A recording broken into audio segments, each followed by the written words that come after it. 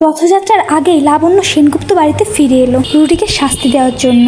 রুটি যা শুরু করেছে তাতে দীপার একার পক্ষে ওকে সামলানো দায়, কারণ কুন্তলার দলে তো ঘরের শত্রু বিভীষণ রয়েছে। সেটা হচ্ছে উর্মি, যে টাইম টু টাইম কুন্তলাকে সমস্ত খবর দিচ্ছে এবং কুন্তলার থেকে পরামর্শ নিচ্ছে। কুন্তলার বাড়িতে উর্মি গেলে সেখানে একটা মেয়ে দেখতে পায় উর্মি, সন্দেহ হয় উর্মির, কিন্তু কুন্তলা উর্মিকে বলে এই গেট থেকে তুমি কোথাও যাবে না, ও আমার বান্ধবী, ও কারোর সঙ্গে কথা বলে না। কিন্তু উর্মি মনে মনে ভাবতে থাকে দিদি আর লাবণ্য যেরকম উদাহরণ দিয়েছিল এ ঠিক সেরকম দেখতে, তার মানে এই ছদ্মবেশী মেয়ে কি রুটি? আমার সামনে কি তাহলে রুটি দাঁড়িয়ে আছে? উর্মির একটাই উদ্দেশ্য, সে ক্ষমতা চাই, কিন্তু ক্ষমতা নিয়ে সে কি করবে? কিন্তু তার ক্ষমতা চাই, সে সেনগুপ্ত বাড়িতে রাজরানী হিসেবে থাকতে চায়।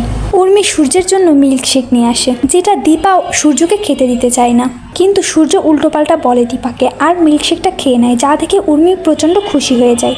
রথযাত্রা উপলক্ষে সমস্ত দায়িত্ব দীপাকে দেওয়া হলো, কিন্তু সূর্য বাদশা দেয়। সূর্য বলে ওঠে কেন দীপা কেন করবে, ও তো এই বাড়ির কেউ নয়, তাহলে ও কেন দায়িত্ব নেবে?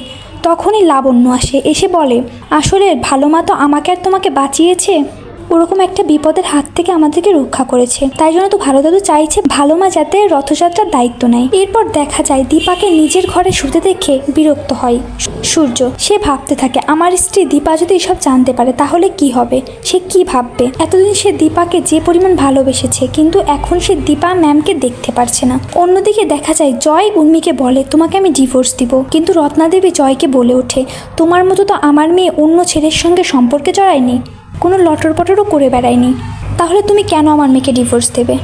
এই সব কিছু ঠিক করতে যদি লাবণ্য ফিরে আসে তাহলে কেমন হবে বন্ধুরা? কমেন্ট করে জানাতে ভুলো না।